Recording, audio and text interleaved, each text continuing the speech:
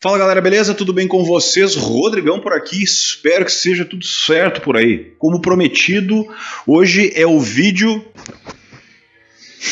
Hoje é a parte 2 do vídeo dos livros mais vendidos da história. Eu já expliquei o critério lá no primeiro vídeo, ok? Onde foram deixados de fora o livro das cartas do Mao Tse, que é o livro vermelho lá, e o livro comunista, e a Bíblia, ok? Então lá foram colocados livros acima de 100 milhões de cópias. Aqui, nesse vídeo 2, foram colocados os livros de 50 a 100 milhões de cópias. Então essa lista aqui vai ser um pouco mais longa. Eu vou tentar não me alongar tanto como eu me alonguei nos primeiros lá, que me delonguei um pouco, falei demais. Aqui a lista é bem maior, são livros bem, vão ter mais livros, mas eu vou tentar condensar alguns ali, vou tentar condensar um pouco numa só, porque é uma série. Então eu vou tentar condensar um pouco, certo?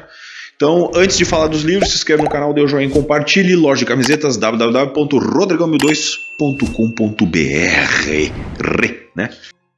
Primeiro livro da lista, com 50 milhões de cópias vendidas. Eu vou deixar as imagens aqui como eu fiz a edição lá no outro, tá? Pra gente ir falando sobre o assunto. O primeiro dele é La Máscara del Zorro. A Máscara do Zorro. Me surpreendi, não fazia ideia disso, né? Poxa, e fiquei feliz, porque é uma aventura de um personagem extremamente carismático, que foi escrito em 1919 e que é um personagem, poxa, né? Muito legal. Eu sempre gostei muito da persona do Zorro, e ele já foi adaptado 600 vezes no cinema, em surreal. Tanto que a última adaptação do Antônio Bandeiras, eu gosto muito daqueles filmes, acho que os dois filmes são muito bons, e ele ainda faz sucesso. Então eu gosto muito das adaptações do Zorro de um modo geral, tá? E o mais interessante é que o personagem, né, dentro da criação dele em 1919, ele foi criado para aquelas escritas pulp, que eram aqueles livretos que contavam a história do Velho Oeste, né? Então ele foi criado ali, né? Que conta a história, então, do Dom Diego de la Vega, que era um jovem fidalgo que resolveu fazer justiça, né? Vamos lá, né, gente? É a história do Batman, né? Basicamente é a mesma coisa, né? O cara é milionário e vai fazer a justiça com as próprias mãos usando a grana dele. A diferença é que ao invés do Batmóvel ele tinha um corcel preto, né? Aí depois o Zorro acabou sendo adaptado por outras coisas, mas eu acho a história do Zorro fantástica. Eu nunca li Zorro, tá? Só li Zorro algumas HQs depois que foram lançadas, algumas adaptações que fizeram que ele entrou um pouco dentro do universo da DC, mas nunca a original, a história escrita pelo autor dele, que é o Johnston McCulley, acho que é McCulley que diz o sobrenome dele, eu nunca li. Então, se algum de vocês já leu ou já teve contato com esse escritor, por favor, coloquem aqui embaixo. Eu tentei encontrar alguma coisa nesse sentido, mas está fora de catálogo. Aí, cara, aí tem que ser muito de nicho, quase colecionador. Não sou tão fã assim. Mas se vocês já leram ou se conhece alguém que leu e gostava da escrita desse cara, por favor, comentem aqui embaixo. O próximo da lista, esse livro eu tenho. Eu passei um trabalho do cacete para conseguir esse livro, mas eu consegui. É Ben-Hur. Ele é um dos livros mais vendidos na história dos Estados Unidos. Esse e Quo Vadis. Eu vou ler os dois ano que vem. É uma literatura cristã, vamos dizer assim, tá? Mas o filme Ben-Hur é um dos melhores filmes que eu já assisti na vida. Tanto que eu não olhei ele de novo, porque é um filme de 3 horas e meia. Ele tem o Charlton Heston como ator principal, e eu lembro de ter visto ele pico-rucho. Eu era, sei lá, tinha 12 anos de idade, 11 anos de idade, cheguei a engasgar. Mas ele marcou a minha vida, aquele ali. Tanto ele quanto o Quo Vadis. Eles fazem parte essas histórias fazem parte de uma época que o cinema fazia realmente vale a pena ser assistido. E eu quero muito ler esse livro, muito. Eu não li esse ano porque outras histórias apareceram antes e outros compromissos literários que eu tenho comigo mesmo apareceram antes. Mas o Ben-Hur é uma história que eu quero muito ler. Ele foi publicado em 1880 pelo escritor Lew Wallace, certo? Então, assim, se você já leu Ben-Hur, se já teve contato com Ben-Hur na literatura, por favor, comentários aí embaixo, tá? Todos os livros, né? Por favor, se você já leu algum desses aqui, comentem aqui o que vocês acharam, né? Vocês gostaram, não gostaram, se decepcionaram, gostaram menos da adaptação, enfim, aquela história toda. Mas eu pretendo logo ler ele, porque esse eu tenho uma memória afetiva do filme muito grande. O filme fica com meu pai, aquela coisa toda, então eu quero muito ler e entrar em contato com essa literatura. Como eu disse, as duas, tanto Ben-Hur quanto Quo Vadis. escrito por Robert James Waller em 1992. Esse aqui até é estranho, né? Tem entrado assim na lista, um livro de 92, e é um romance, né? Eu acho que é um momento de escrita, né? É mais ou menos aquela história seguinte, né? Quando tu olha o primeiro vídeo, tu vê lá, Cervantes, Tolkien, Exupéry, e aí J.K. Rowling, sabe? E aí tu vê esse aqui é Pontes de Madison. Claro, eu acho que o livro muito ajudou o livro a adaptação do Clint Eastwood, que ele tá, e tanto ele quanto a Meryl Streep, porque a adaptação foi feita muito próxima do livro, tá? Eu li o livro, eu tinha ele, e eu troquei ele num sebo. É um romance de água com açúcar, assim, que chega a melar as páginas. Meu Deus do céu, cara.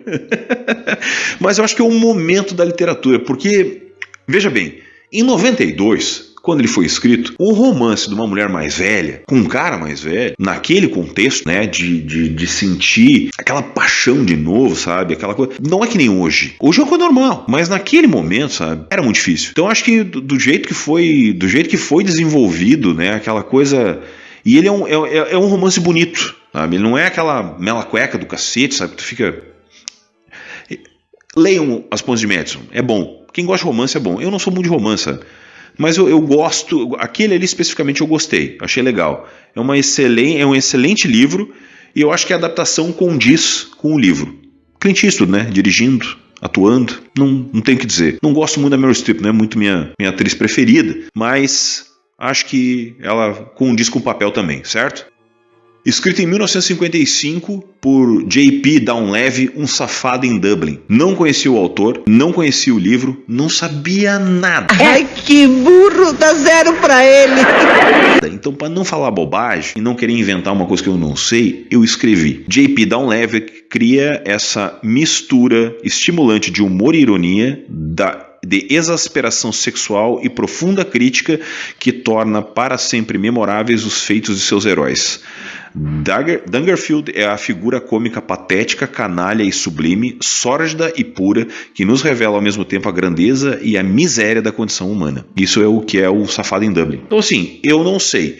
Se vocês leram, tá aí. O livro vendeu 50 milhões de cópias também. Então, fica a dica aí de uma literatura que eu não faço a menor ideia do que é. Mas se vocês já leram, por favor, fica aí a dica. E quem já leu, diga onde encontrou, né? Olha, na Amazon tem, só em sebo. Aquela história toda, né, gente? Para facilitar a vida do vivente. Próximo da lista é A Menina e o Porquinho, que é um livro infantil publicado pelo autor E.B. White, lançado em 1952, também com 50 milhões de cópias. Conta a história de um porquinho chamado Wilbur, que é amigo de uma aranha chamada Charlotte. Quando o porquinho tá para ser sacrificado, então, né, para virar churrasco, a aranha, para salvar ele, começa a escrever na teia dela mensagens elogiando o porco. É um livro infantil, né, que fala sobre amizade, aquela coisa toda e tal. Eu acho que essas literaturas infantis, até vou ser bem franco com vocês, apareceu pouco na lista. Bem pouco. Achei que elas apareceriam bem mais. Percebo que literaturas, né, que nem A Pequeno Príncipe, que aparece na primeira, ela é muito dada para as crianças, achando que realmente é um livro infantil. Na verdade, ela não é tanto um livro infantil. Ela tem alguns predicados. O Hobbit também, é um livro infantil. Ele é infanto-juvenil. Assim como o Harry Potter e a Pedra Filosofal, né? Então, esse aqui que realmente é um livro infantil, achei que apareceriam mais livros desse aqui, né, como esse aqui, mas aparecem poucos como esse aqui. Então, para um livro infantil clássico como esse aqui, acho interessante ter aparecido. De novo, achei que apareceriam mais, mas pelo menos temos alguns representantes desse estilo também na lista dos mais vendidos.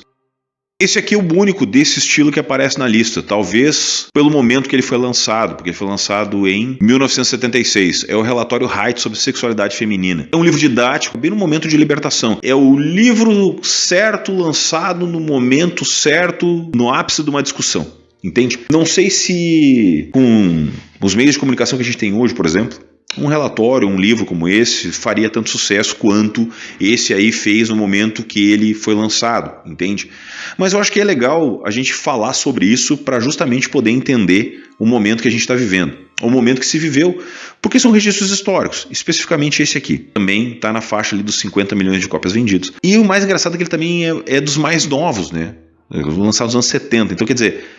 De novo, ele está dentro daquela lista, daquela linha de livros lançados, né? Momento certo, assunto certo, o hype. A autora faleceu faz pouco tempo, nos anos 2000. aos 77 anos. Então ela lançou o livro super nova, né? Nos anos 70 lançou um novo livro que ela morreu com 77, né? Então era super nova quando ela lançou. Então fica aí a dica para quem gosta desse tipo de literatura, consta esse aí na lista dos mais vendidos. Com mais de 50 milhões de cópias vendidas, lançado em 1972, escrito por Richard Adams, Era uma Vez em Watership Down, é um clássico da fantasia em inglês. Uma comunidade de coelhos, através do seu vidente, prevê que ela vai ser destruída e aí ela se une para buscar ajuda em outro lugar. É uma fantasia que, travestida, vamos dizer assim, de conto fantástico, fala sobre coletivismo, fala sobre fascismo, é uma série de coisas que fala isso aí. Eu já tive contato com essa literatura, mas eu não consegui concluir ela. Eu li um pouco dela e resumo, sabe? E mais um pouco de resenha sobre o assunto. É muito interessante ver isso, que certos autores usavam essas figuras de linguagem para criar contextos diferentes e poder colocar as ideias deles, sabe? Principalmente para o grande público poder entender certas coisas. Eu acho que falta um pouco disso nos dias de hoje. Os autores conseguirem colocar certas figuras de linguagem, certas coisas mais figurativas para que a gente possa perceber as nuances dentro da nossa situação.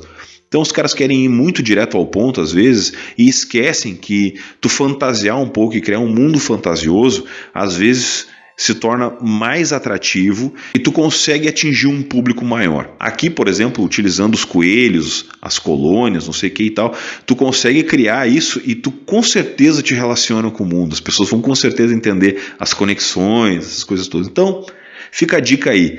Eu gostei do início da literatura, sabe? Gostei do início da escrita do Richard Adams. Acho que é legal.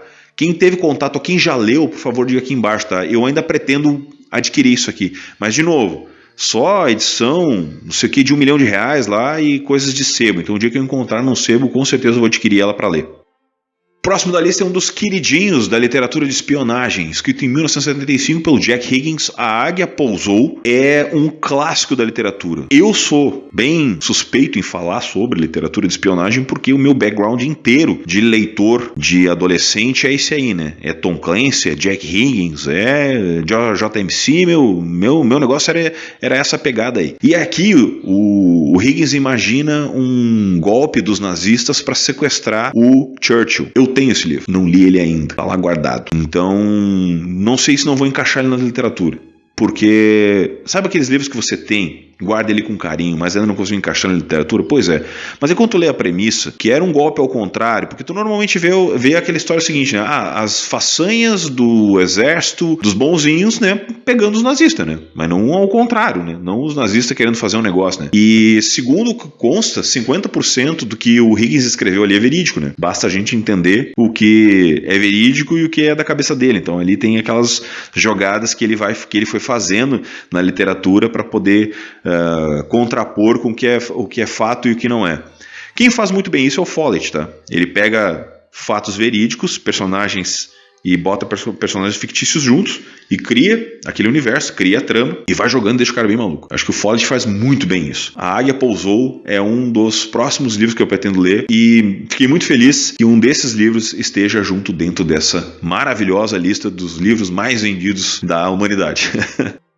Próximo da lista é um que eu tenho uma versão lindíssima que eu não mostrei para vocês ainda, nem vou mostrar, só vou mostrar no final do ano, que é quando eu faço o meu balanço dos livros novos, que é O Nome da Rosa, do Umberto Eco, escrito em 1980. Eu já li e eu comprei essa edição para ler de novo. O Nome da Rosa é fantástico. O filme com o Sean Connery também é. O filme é bom pra caralho e o livro é muito bom. Quem não leu O Nome da Rosa ainda deve ler. Humberto Eco escreve muito bem. Acho que a literatura dele vale a pena ser lida. Ela é incomodativa, ela critica muito a parte dos clérigos, sabe? Ela dá aquelas cutucadas na igreja, bota os podres pra fora. Enfim, eu gosto do Humberto Eco. Acho que ele é um excelente escritor e eu super recomendo a leitura do Nome da Rosa. Então, se você não viu o filme, vá sem medo também, que o filme é bom pra caramba também. Mas a literatura eu gosto muito, achei muito bom e eu ainda vou ler ele nessa edição super especial que eu vou mostrar pra vocês no final do ano, ok? Próximo da lista. Escrito por Anna Sewell em 1877, Black Beauty, ou Beleza Americana. Esse aí mesmo, do filme do Spielberg. É uma autobiografia de um cavalo. É um romance infanto-juvenil. Eu não li o livro, mas vi o filme. Tirando fora alguns momentos do filme, acho que ele é bem piegas, sabe? Porra, tem uma parte do cavalo se enrosca num cacete daqueles crânio farpado, rapaz do céu. Aquela parte me incomodou. É uma das partes mais emocionantes do filme também. Mas eu acho que o filme ele poderia ter sido muito mais. Eu acho que a trilha sonora do John Williams do filme é fantástica, mas ele poderia ter sido muito mais. Inclusive, eu acho que ele é uma escorregada do Spielberg. Ele foi muito melodramático naquele ali. Mas realmente, é um livro que tu fica, sabe, vamos lá, né? É a autobiografia de um cavalo, então tem que ir na vibe, né? Pra ver o negócio. Quem já leu a Black Beauty, por favor, diga aí nos comentários como ele é visto, como ele é lido, né? Se é a visão do cavalo, né? Se é do dono do cavalo, qual é que é a pegada do negócio, se houve mudança de gênero na literatura, se é a dona, se é o dono, qual é que é o negócio, ok? O próximo da lista é Meu Filho, Meu Tesouro, escrito pelo Dr. Benjamin Spock. Ele, segundo, né, informações, é o segundo livro mais vendido depois da Bíblia nos Estados Unidos. São conselhos do Dr. Benjamin para os pais sobre a criação de filhos. Eu acho interessante isso, né? Porque na época tu lia livros para ter conselhos para os filhos. Hoje tu olha vídeos no YouTube de influenciadores, né, cara? O troço é fantástico.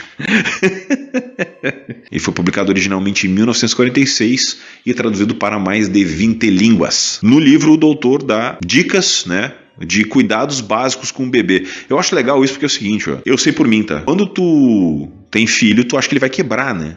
A Carol foi muito mais tranquila nesse sentido, né? Em questão, porque mãe vem com isso já meio pronto, né? Algumas, né? Não todas. Mas a Carol era meio de boa, assim, sabe? Tipo, pegava o Cássio e tal, sabe? Não vai quebrar. Não vai quebrar. Foi feito pra isso, sabe? O jeito, não, pega aqui, pega ali e tal. O cara é meio bruto, né? Eu sou meio ogro, né? Pra mim é meio complicado. Então, é que nem aquela história, sabe quando um pai e um filho estão brincando? Aí a mãe grita de longe, essa brincadeira vai terminar em choro. Porque vai, não tem. Então eu acho que são esses conselhos que o Dr. Benjamin deve dar no livro. Ó. Nunca deixe seu marido e seu filho brincarem juntos porque vai terminar em choro. Então, mas não, brincadeiras à parte. É interessante de novo, né? A gente tem lá... É o momento certo do livro ser lançado para as mães, não sei o que e tal, sabe? Porque eram mães, eram donas de casa, não sei o que, aquela coisa, sabe? É o momento certo do livro certo ser lançado no hype daquela situação. Tem uma editora que bota para fora, então acho interessante esses movimentos que foram feitos no passado. O próximo livro eu não conhecia, se chama Heidi. Ele é um alemão, ele é um livro alemão da escritora Johanna Spiri e ela foi lançada em 1880. Ele conta a história de uma órfã que se move, é a história da Suíça para Portugal. E o livro fez tanto sucesso que ele foi lançado com uma fita cassete junto com tantas histórias dela. Vou deixar uma foto aqui para vocês verem como é que é. Pra vocês verem como é que é o negócio, né? Esse tipo de coisa, esse tipo de mídia que se lançava, dos conteúdos que se faziam, conteúdos culturais, né? Não deixa de ser, né? Eram muito diferentes. Nesse caso aqui, por exemplo, ela está contando a história de uma órfã, então, tanto que assim, ela se divide em diversos outros volumes, sabe? A história vai seguindo, ela vai lançando diversos volumes, mas especificamente o primeiro é esse que atingiu esse volume de cópias, sabe?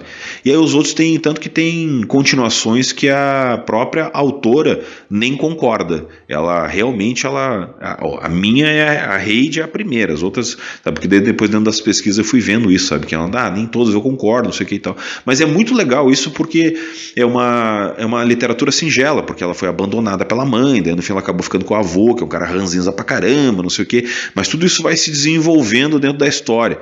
Obviamente, não sei se para nossa geração hoje essas histórias seriam contadas dessa forma, sabe? Porque a gente não está mais tão ingênuos quanto aquelas pessoas eram na época para consumir esse tipo de literatura, né? Então talvez nós tenhamos essa situação, esse distanciamento geracional talvez seja impossível de tu fazer uma história como essa. Tu teria que ter um outro tipo de linguagem, tu teria que ter um outro tipo de história para tu poder te correlacionar, o que nos leva a crer que daí tu tem que fazer aquele esforço para tu poder entender o que estava acontecendo na época, sabe? O que não deveria ser, porque não deixa de ser só uma história de uma órfã. Naquela época, ok, mas os contextos de sentimento, então, no fim, são os mesmos. Desde que parece que é complicado, né? Não deveria ser, mas parece que é complicado tu conseguir entender uma história de uma órfã em 1880, quando não deveria ser tanto. mesmo sendo na literatura. Então eu fico os questionamentos. Quando eu vejo essas coisas, eu fico me questionando como é que o autor se coloca naquele momento para poder escrever uma situação, sabe? Não sei, fico viajando. Por isso que meus vídeos são tão longos. Fico viajando, cara. Próximo da lista. Esse aqui é complicado. Escrito em 1955 pelo Vladimir Nabokov, Lolita. Já tenho resenha no canal, já falei sobre esse troço. Não consigo.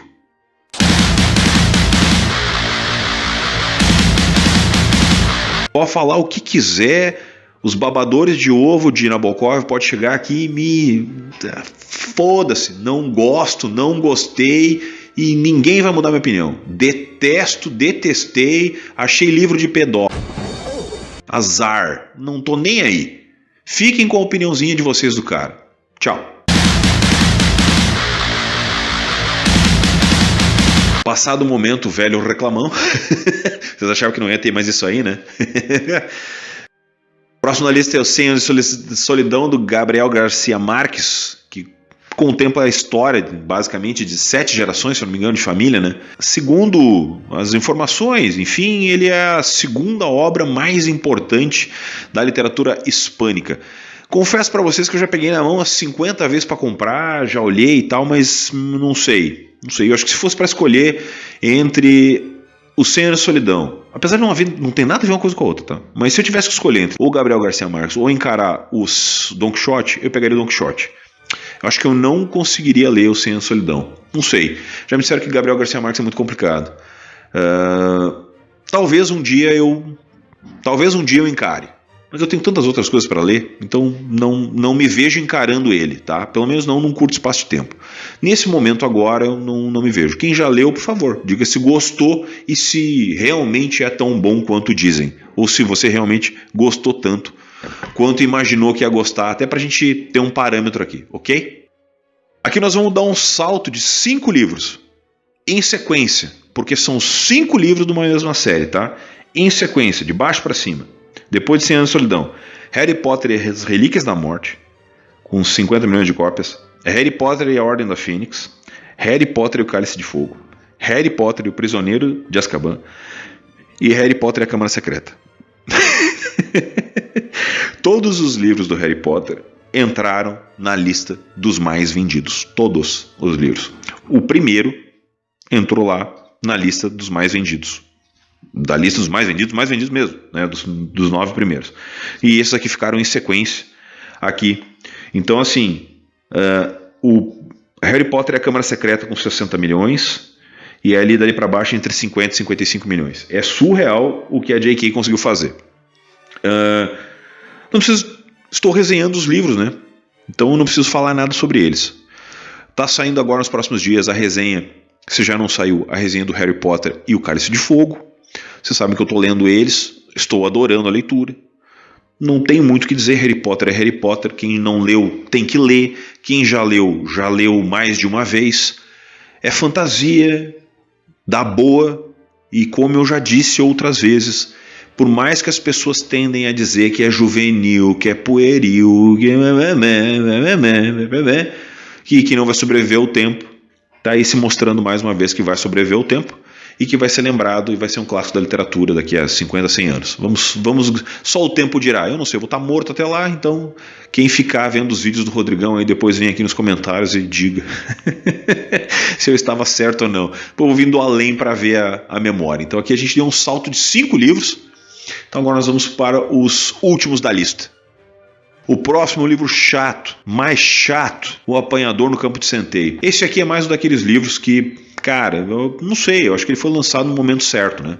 Escrito pelo J.D. Salinger em 1951, ele é basicamente o retrato da geração hippie dos anos 60. Basicamente é isso aí, sabe? Aquela geração sem futuro. Eu comecei a ler O Apanhador no Campo de Centeio e, sabe, eu fiquei com um sentimento do tipo seguinte, ó, eu tava lendo, tem uma passagem que ele tá dentro de um ônibus. Eu pensei, mas que cara chato, cara. Porque ele é um cara sem perspectiva. Como é que é o nome do cara? O Holden. Holden Caulfield, acho que é Holden Caulfield o nome do personagem. Ele é um cara sem perspectiva. Então, ele, de certa forma, o Salinger acabou colocando alguns pontos ali anarquistas dentro da história. Então, ele é um cara de ideais, um cara de ideias, mas ele não é um cara de ação. Como todo bom adolescente, que fala muito, mas faz muito pouco. Então, quando eu li aquilo ali, eu tinha passado da adolescência, né? E aí eu enxergava aquilo, mas aí eu já trabalhava, já tinha conta pra pagar. É aquela história, né? A rebeldia termina quando começa os boletos, né? Começou os boletos, terminou a rebeldia. Então, como eu já tinha passado da fase rebelde, terminou a minha empatia com o Holden, porque ele não tinha boleto pra pagar, né? Ele era só um cara de, né, um jeans. Eu lembro especificamente, eu lembro até das feições que a minha mente colocou pro Holden. Porque eu continuo enxergando ele como só um cara reclamão. Era só um adolescente reclamão. Faz parte do contexto da época? Obviamente faz parte do contexto da época, tem tudo a ver com aquilo, enfim. Faria sentido se fizesse um livro que nem esse hoje? Não, acho que não. Acho que para aquela situação pós-guerra, ele foi lançado em 51, né? Ele vendeu 65 milhões de cópias. Então, a geração ali dos adolescentes, depois, o cara que nasceu nos anos 40 era adolescente quando ele foi lançado. Então, o cara tava começando a vida adulta ali no meio, pegou um livro desse, que consequentemente era o cara que ia estar em idade para ir para a guerra nos anos 60, né? Se fizer a conta, bom, nasci nos anos 45, mas um pouquinho já tá na escola lendo, nos anos 60 eu estava indo para a guerra. Foda, né? Assim como os outros dois livros específicos desses assuntos, de assuntos mais didáticos, né? Eles são livros que eles foram lançados no momento certo, na onda certa. Esse aqui não com intenção. Eu acho que ele só acertou o negócio. Talvez se eu lesse hoje, não sei se eu ficaria tão apático com o Holden, porque a geração de hoje me traz mais apatia do que o Holden. Eu só achava o Holden um chato. Hoje eu sou apático, diferente, entende? Não sei. Se vocês têm percepções diferentes, comentem aqui, ok? Cara, tem coisa pra caramba pra vocês comentar. Eu quero esse vídeo aqui cheio de comentário, por favor, né? Por favor. Publicado originalmente em 1988 pelo nosso mago. Ai, meu Deus do céu! Paulo Coelho. O Alquimista é o único brasileiro na lista, com 65 milhões de cópias vendidas. Pois então, né, minha gente? Paulo Coelho botou o Alquimista na lista. Eu li o Alquimista, eu li todos os livros do Paulo Coelho até o Verônica Decide Morrer. Eu li todos. Eu tive uma fase ali meio, umas leituras meio duvidosas. Cara, o Alquimista não é ruim. Eu acho que o Alquimista é legal pela jornada. O problema é o Paulo Coelho pregando, né? Paulo Coelho pregando é chato pra cacete. Se ele ficasse só na história do personagem, do pastor andaluz lá e tal, show de bola. Mas eu acho que aquela pregação que ele faz ali, cara, chega uns momentos que é meio chato. No Alquimista até vai, porque é o primeiro livro, né? Mas depois, cara, o outro que é bom dele é o... Como é que é? As Valquírias é bom também. Mas aí dá uma pesada na mão, assim. Dos outros depois começou a ficar mais chato, assim. A Brida também é legal. Mas aí... nas margens do Rio Piedra eu sentei e chorei. É chato pra um cacete. Qual é que é o outro que é um porre também? Mais um dele que é um porre, que depois eu desisti daí. As Valquírias é bom também. Mas as Valquírias é bom a parte que ele tá muito louco lá, que ele tem aquela possessão demoníaca lá, que daí é quando ele tem um momento de iluminação dele, né? Que daí conta a história dele do Raul e tal. Ali aquela parte é legal também. Mas sabe, é aquela literatura que ela não te agrega. Do Alquimista até vai, acho que por isso que ele vendeu tanto, né? Mas as outras ali meio que ficou, né? Mas enfim, vida que segue. Que bom que temos um brasileiro, né? Bom que temos um brasileiro representando a nossa literatura aí, né, minha gente? O próximo da lista, por incrível que pareça, é um livro para enriquecer. Pense e Enriqueça, do Napoleão Hill, publicado em 1937, com 70 milhões de cópias. Napoleão Hill é um mestre, né? Eu confesso para vocês que esse tipo de literatura eu não sou muito fã, tá? Já li algumas coisas desse sentido. Acho que ele faz parte de algumas literaturas também. É interessante ler para abrir um pouco a mente. Mas eu não sou muito fã. Esse tipo de literatura eu não consigo sentar para ler. Porque eu me torno relapso. Porque eu começo a viajar, sabe? Sabe quando tá com o negócio na mão, começa, daqui a pouco tu tá aqui, ó. Eu não consigo focar a literatura. Para mim é muito didático. Parece que eu estou estudando. E realmente é, né? Não deixa de ser um estudo. Mas eu não consigo. É que nem tu... vamos estudar criptomoeda. Vamos estudar... Foda-se, não vou fazer isso aí. Não gosto, para mim não funciona. Eu não consigo focar nesse tipo de estudo. Para mim é muito complicado. Então, realmente, esse tipo de coisa eu não consigo. Não consigo.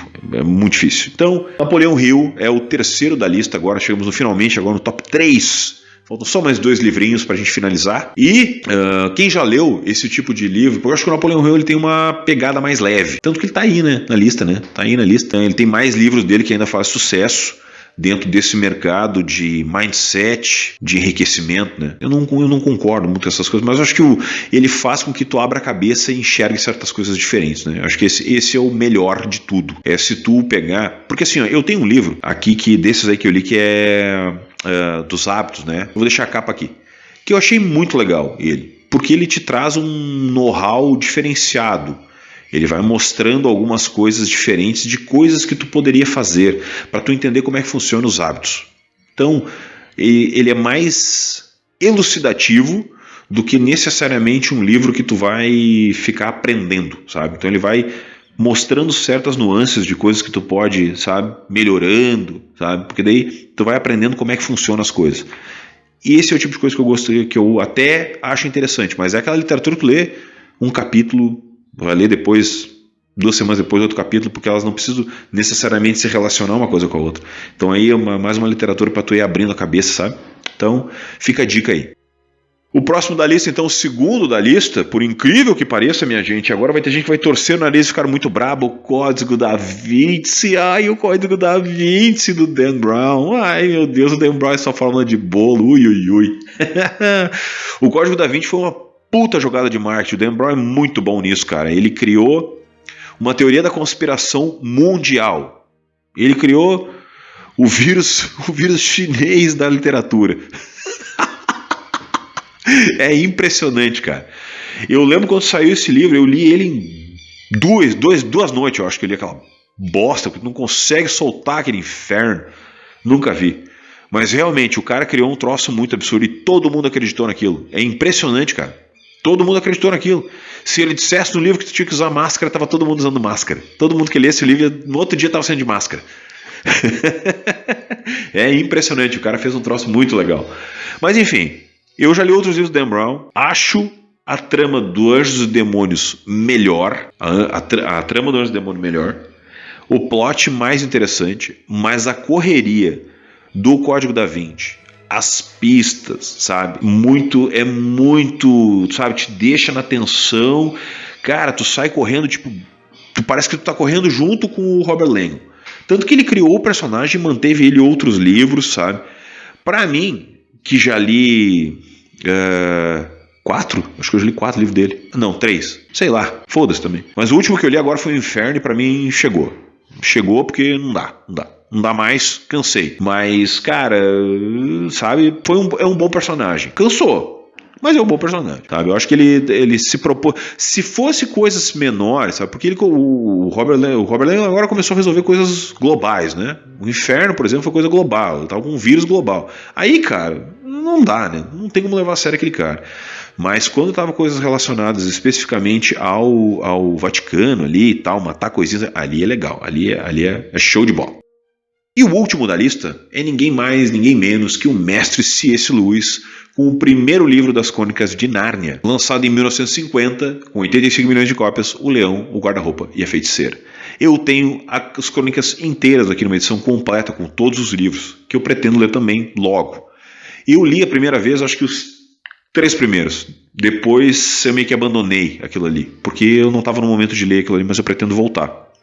Um que eu comprei, que chegou faz pouquinho tempo, foi o Aprendiz, o Demônio, como é que é? O Diabo e as Cartas do Aprendiz, o Aprendiz e as Cartas do Diabo, uma coisa assim, que é as cartas que ele escreve. Eu pretendo ler mais C.S. Lewis, tá? Eu li muito pouco na vida, acho que eu deveria ter dado mais atenção a ele, mas eu fui lendo outras coisas e tal, e eu acho que essa literatura cristã, eu quero ter um pouco mais de contato, principalmente do Lewis, porque eu acho que faz sentido. E o Crônicas de Nárnia é uma da literatura que eu gostaria muito de ler. Eu acho que o Aslan é um personagem extremamente bem escrito, faz todo sentido e eu com certeza eu vou adentrar essa literatura. Então, finalizamos a lista com esse último classicaço da literatura, que quem já leu, por favor, diga suas percepções. Nós estamos finalizando esse vídeo longo pra um caralho, que eu tô morrendo de dor nas costas. Mas espero que vocês tenham gostado de saber dessas informações, desses boxes que eu botei aqui, dessa brincadeira aqui que eu faço de vez em quando, sabe? Não faço sempre isso aí, vocês sabem disso, mas também faz parte do universo literário trazer essas coisas. Quero esse vídeo aqui, ó, lotado de comentários. Todo mundo falando sobre o que leu, o que não leu, se já leu, o que vai ler. Digam aí o que vocês acharam. Se vocês querem que eu traga mais vídeos assim, por favor, sintam-se à vontade, peçam, curtam, compartilhem, se inscrevam no canal, tornem-se membros e vamos fortalecer a comunidade, ok? Um forte abraço a todos, muito obrigado pela audiência e até o próximo.